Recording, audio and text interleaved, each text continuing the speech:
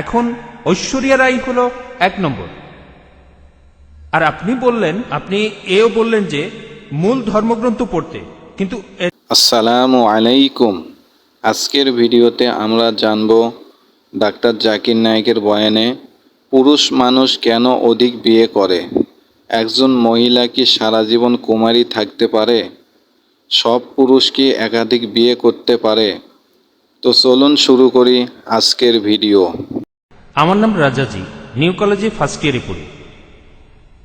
আমার আর আপনার দৃষ্টিভঙ্গি একেবারে আলাদা, তাই কিন্তু আমার নিজের মতটাও আমার জানানো উচিত।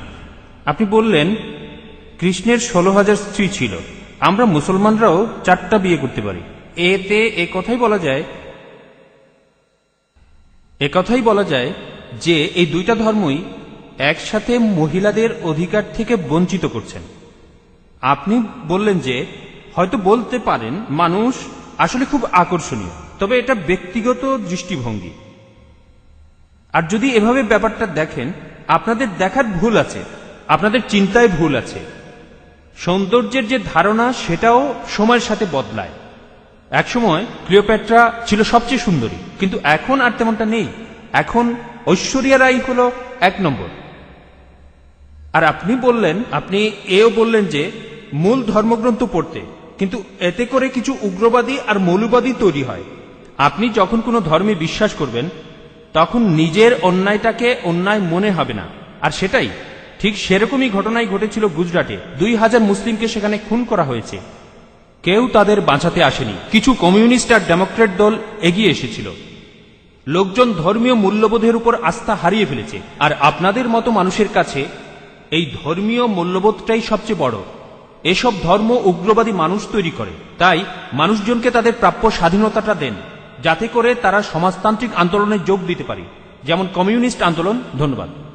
ভাই মনে করেন তিনি একজন কমিউনিস্ট। আপনি খুব সুন্দর প্রশ্ন করেছেন। তিনি বললেন যে যখন হিন্দুইজম অনুমতি দিচ্ছে কৃষ্ণের 16,108 জন স্ত্রী, ইসলামে বহু বিবাহ অনুমতি আছে, তাহলে হিন্দুইজম আর ইসলাম একসাথে মহিলাদের অত্যাচার করছে কেন? আপনার মত অনুযায়ী, আপনার কথা অনুযায়ী ক্লিওপেট্রা একসময় সবচেয়ে সুন্দরী ছিল, এখন আর নেই। ঐশ্বরিয়া এখন 1 নম্বর। আমার জন্য না, আপনার জন্য।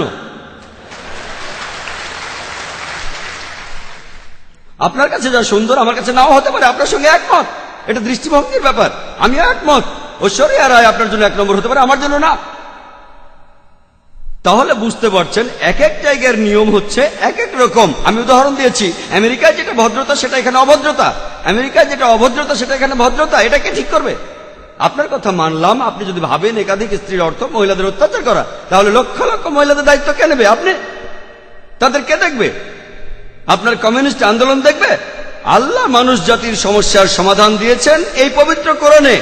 সেই সমাধানটা আপনি হজম করতে পারছেন না। আমি আপনাকে একটা প্রশ্ন করছি, বর্তমানে পুরুষের চাইতে মহিলা কয়েক লক্ষ জন বেশি। কে তাদের দায়িত্ব নেবে? কে? যদি প্রত্যেক মাসে তাদের সাহায্য করেন, সেই সাহায্যটাই আসলে যথেষ্ট নয়।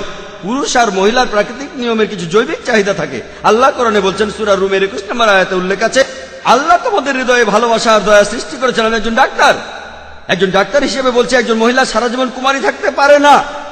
এটা অসম্ভব। আপনি এখন কি করবেন? এদের কি হবে? এরা পতিত হবে। আপনার কমিউনিস্ট এদের কি করতে পারবে? এর সমাধান কি? কোনো সমাধান নেই।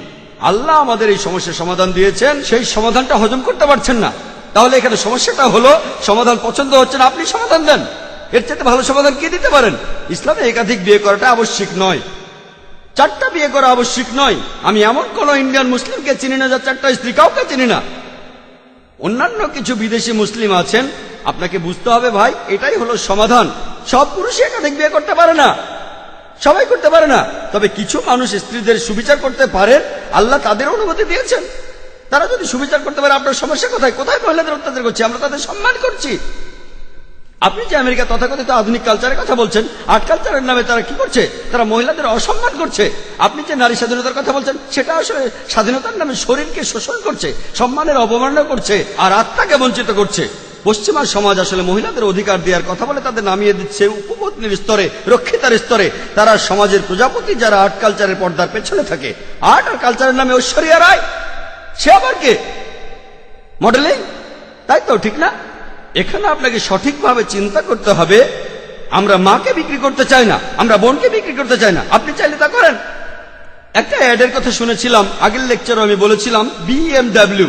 এক লোক বলছিল খুব বিখ্যাত অ্যাড, BMW নাম শুনেছেন? খুব দামি গাড়ি, মার্সিডিজ বেঞ্চের সঙ্গে কম্পিটিশন করে। সেই অ্যাডে বিকিনি পরা একটা মেয়ে গাড়ির সামনে দাঁড়িয়ে আছে, এখনই চালানো শুরু করুন। মেয়েটাকে না গাড়িটাকে?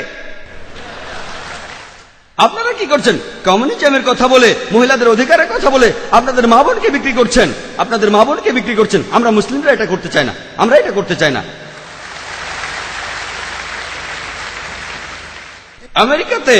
আমেরিকাতে আপনি রক্ষিত রাখতে পারেন 5, 10, 20, কেউ কিছু বলবে না। আর কমিউনিজমেও রক্ষিত রাখার নিয়ম আছে।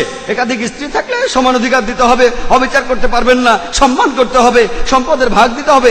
এটা আপনারা হজম করতে পারছেন না। কে মহিলাদের ছোট করছে, আমি না আপনি? আর আমেরিকাতে, পৃথিবীর সবচেয়ে উন্নত দেশে, আমেরিকানরাই বলে যে ইসলাম মহিলাদের ছোট করে দেখে। আপনি কি জানেন পৃথিবীতে যতগুলো প্রধান ধর্ম আছে, ইসলামের অনুসারী বাড়ছে সবচেয়ে বেশি হারে। যে লোকগুলো ইসলাম গ্রহণ করছে তাদের 3 ভাগে 2 ভাগই মহিলা। ইসলাম যদি মহিলাদের ছোট করে, তাহলে আমেরিকান মহিলারা ইসলাম গ্রহণ করছে কেন? আমেরিকান পুরুষরা কেন ইসলাম গ্রহণ করছে?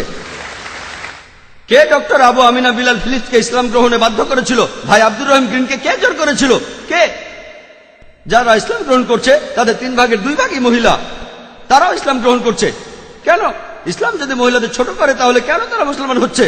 কারণ তারা জানে ইসলাম মহিলাদের নিরাপত্তা দেয়, মহিলাদের সম্মান দেয়। এই নিরাপত্তাটা থাকলে আপনাদের উদ্দেশ্য সফল হবে না, এদের দিয়ে আপনারা টাকা কামাতে পারবেন না।